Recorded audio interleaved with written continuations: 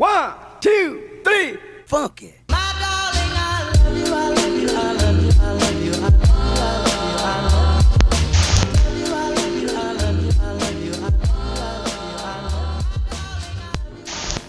Hi, and welcome back to myself.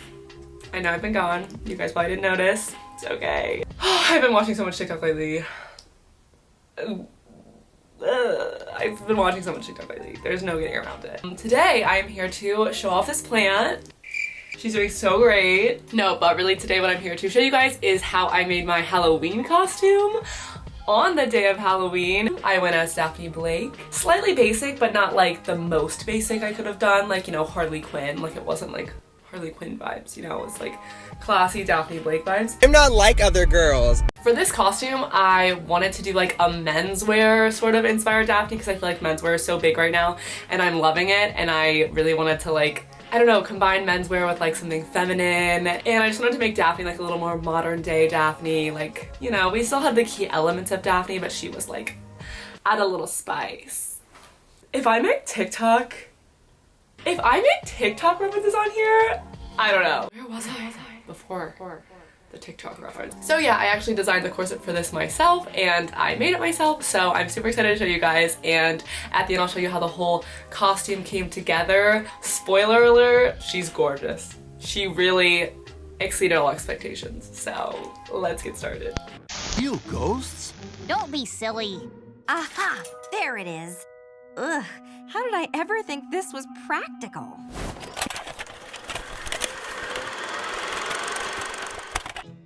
Okay, so here are the two men's dress shirts that I bought. I chose these because I wanted Daphne's base color to be that dark, deeper purple because that's how she is in all of the TV shows and the movies and everything. And then I wanted to have kind of like this accent of a lavender, like lilac sort of color. So that's why I decided to turn the lighter colored lavender men's dress shirt into the corset so that it could kind of be the accent to the darker purple. So first I took my pattern, and I've attached a link to this pattern in the description, and I traced it onto the wrong side of the fabric.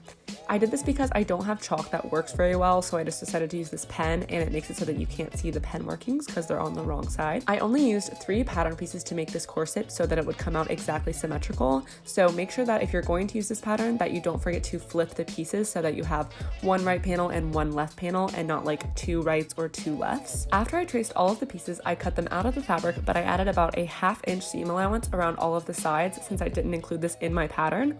Another thing I wanted to point out is that I did not leave a seam allowance on the bottom lines of the pattern, and this is because I'm going to use binding to finish off the bottoms so they won't need a seam allowance. After I finished cutting the outer fabric layer, I then traced and cut out the same panels from the interfacing fabric. I decided to try using interfacing for the first time because the men's shirt material was very flimsy, and interfacing is used to stiffen fabric and kind of give it a more corsety look and feel.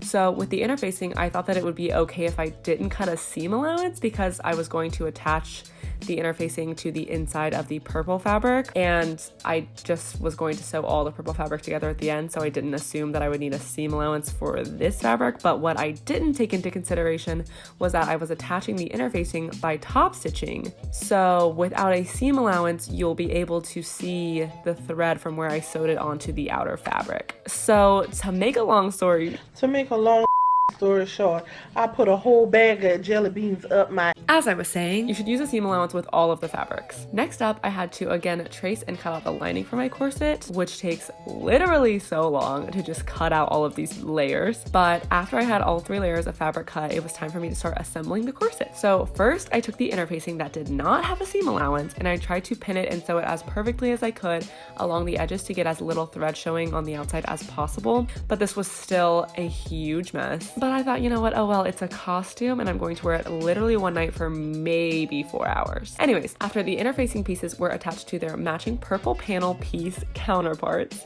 I went ahead and sewed the outer pieces together by placing the right sides together and sewing along the original lines that I had marked. Then I took out my handy dandy iron and I pressed all of the seams flat. Then I took my lining and I pinned that together for sewing, and I sewed it together. This is basically the same process as with the outer fabric. I'm just making the exact same in a lining so that I can then sew them together and have a lining and an outer fabric. Then I took the lining and pinned it to the purple fabric, right sides together, and I created a seam all around the sides and the top, but leaving the bottom seam open. Then I took the iron and pressed all of those seams.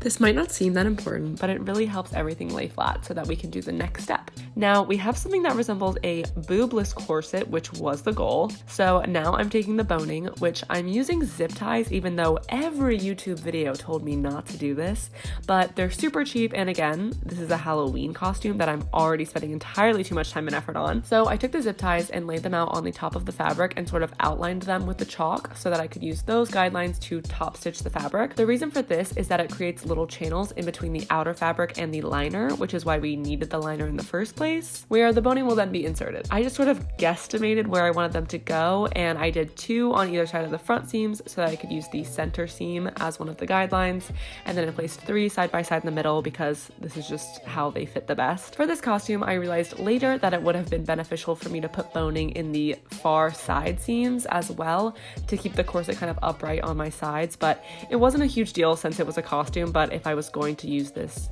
in everyday life, I definitely would have put some boning in the sides. Then I used these guidelines to top stitch, and I used a similar purple thread to the shirt color, and I stitched along the chalk lines. I messed up here because when I was doing some of the top stitching, I hadn't pinned down the lining, and I accidentally bunched the lining up underneath the top stitches so that I like sewed the lining where it wasn't supposed to be and it wasn't laying flat. So I had to sort of unpick that and like ruin the lining portion a little bit. This unfortunately kind of ruined some of the channels and made the boning kind of stick out because I kind of bunched the lining portion in an unfortunate way. But again, it's just a costume and it was getting really close to the time I needed to leave, so I just left it. Next, it was time to bind the bottom of the corset in order to secure the boning in place as much as I could and create a more finished look. I looked on YouTube and didn't find a binding tutorial within the first 3 videos that I looked at, so I just winged it, and I just basically did what I thought looked right, which was me tracing the bottom hemline onto the remaining men's shirt material, and then I added about 2 to 3 inches to the width to get this strip of fabric. And then it took me a minute to kind of figure out in my head how to pin this and how to sew this on, but I finally realized I just had to line up the fabric ends and then pin them down right sides to right sides and then sewed a seam there. Okay, so this next part probably took me the longest out of the whole corset process because I had to do a rolled hem on the opposite side of the corset, the inside. So I had to pin like these 4 super thick layers down and also make sure that on the outside of the corset it looked even throughout. Also, as you can see here, I cut little slits in the fabric at the curved sections because the fabric won't lay flat unless you like kind of just cut little sections in it. And then I sewed down the binding. Next, I cleaned up some of the excess threads from where I had top stitched and I started the gusset process. I decided that I liked the look of 6 gussets on each side. I just kind of eyeballed this. You can pick however many you want. I was deciding between 5 and 6 because I just wanted kind of a more simple look. I didn't want a ton of metal hardware on this. So I just eyeballed their distances apart because the corset is 9 inches long in the back and this is not equally divisible by 6. So that was too much work to try and do the math and then convert the math to inches and centimeters. I basically just placed them all whatever distance that I thought looked good. Once I had them placed out how I liked them, I marked 1 orange Sharpie dot in the center of each gusset, and then I took my seam ripper and I made little tiny cross shapes over each dot. I made very teeny tiny cuts, and this was just enough room to have a hole to allow the top of the gusset to fit through it. So the gusset process is kind of hard to explain because I don't know the names of these metal pieces that I was given in this little kit, but I'm gonna try my best. Basically, first you take this little round flat piece that has a pointy thing sticking out of the top of it, and you place the top part of one of the gussets on that, and then you place the metal thing underneath the hole where you've just cut the little slits, and you place the fabric on top of that hole, and then you take the back part of the gusset and place it on top of that, and then you take the long stick with a hole in it and you put that on top, and then you bang it with a sledgehammer. I truly hope you could understand that with the combination of my very bad explanation and the video visuals. Anyways, I repeated this for all 12 of the gussets on each side of the corset, and I think they turned out quite good. Now all that was left to do was add the ribbon through the gussets. I used this white satin ribbon because I couldn't really think of a color that would go best with this purple. I didn't really want to use more purple, so I just decided a very plain white satin ribbon would go well. And here is the finished look. This was me on Halloween trying it on for the first time, like all put together. And this was right before I was supposed to leave, and I think it turned out so well. I was like so surprised. She goes so hard. I thought this would either turn out really well or like really tragically, and I would just have no Halloween costume because I did not have a backup plan. But here's me trying it on a few days later with my headband and my ascot and my little white go-go boots. I just think this really came together so well, and it's like the perfect like modern day Daphne with some little retro accents like the headband. And I just feel like although Daphne is sort of a basic Halloween character, I was able to put kind of a new spin on it and make it like a little more fashion forward and modern, and I am just super happy with the way that it turned out. Even though I only saw 3 people on Halloween, I think the costume still made quite the impression. So I really hope you guys like this tutorial. I loved making this corset. I'm super into sewing right now, and I'm super into just like making my own clothing and trying to get away from fast fashion. I will see you back here next week. I hope you guys enjoyed this video. I had a great time making this costume. I'll see you guys next week. Bye. What if I did a little, TikTok, like a little, and then like swoop to the next scene, except I like didn't do that in the other one, so, okay.